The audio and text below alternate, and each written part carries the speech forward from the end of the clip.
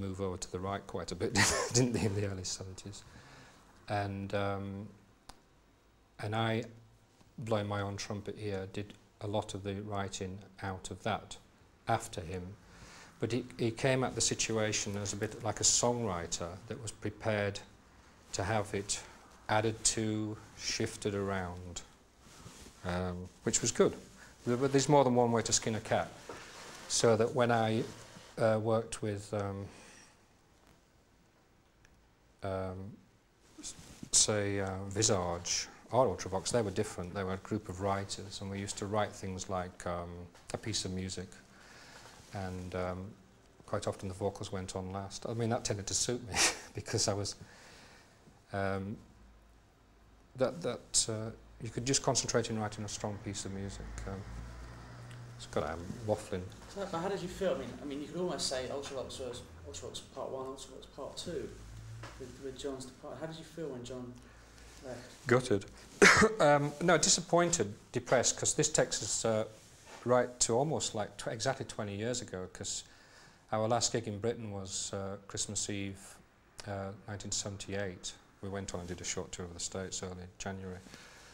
But we knew we were left. It was difficult. It was a bit drawn out because when you put so much into it, I think I was a bit childish, really. I was just gutted and probably blamed him for it, you know. But it didn't help that it was drawn out, because we ended up doing a tour in early January, the Miles Copeland thing. We were the second band to go over there. We used the Police's back line. We went after Squeeze, and it was too good not to do.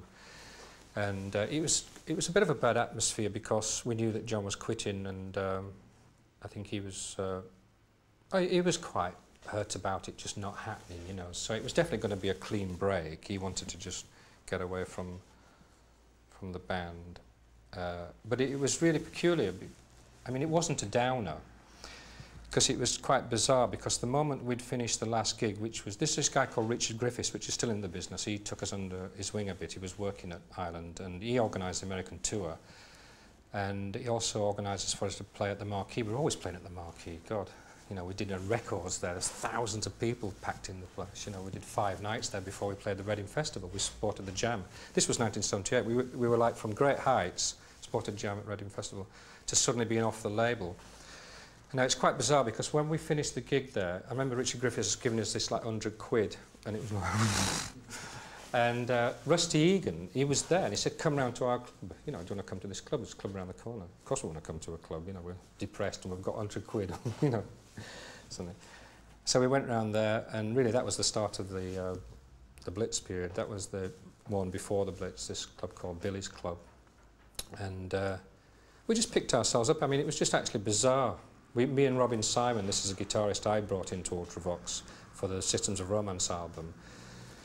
He was in, and then next minute we were kicked off the label. So there's me and him went round there to drown our sorrows. I remember drinking these blue drinks until we were absolutely completely blottoed. And but the main thing was that we went round there and we heard Rusty Egan playing Quiet Man. So it was like from a major downer to like, oh, this is quite, it's just nice to hear it. Because we were just all, it was all live at that time, and suddenly to find yourself in a club, that was like, oh, this is kind of interesting. It's fun, basically. It's light. It was like he was going against the flow. So we, Andy said he liked Systems of Romance, so he was my friend. Now, he was going against the flow. It was like saying hands up. You know, not everything was crap. You know, we liked Bowie. There's Kraftwerk. So there was obviously a new scene, you know. He'd actually been dealt the same blow as us, in retrospect. He'd just been kicked off EMI because he was in the Rich Kids, and that didn't happen. And just to probably moving on a bit too much, I mean, the guys that he brought in to do Visage, they'd just been dealt the same kind of blow as us. Magazine, they'd just done the correct use of soap, and I mean, I knew those guys. We'd passed them in Germany when we were touring and blah, blah, blah.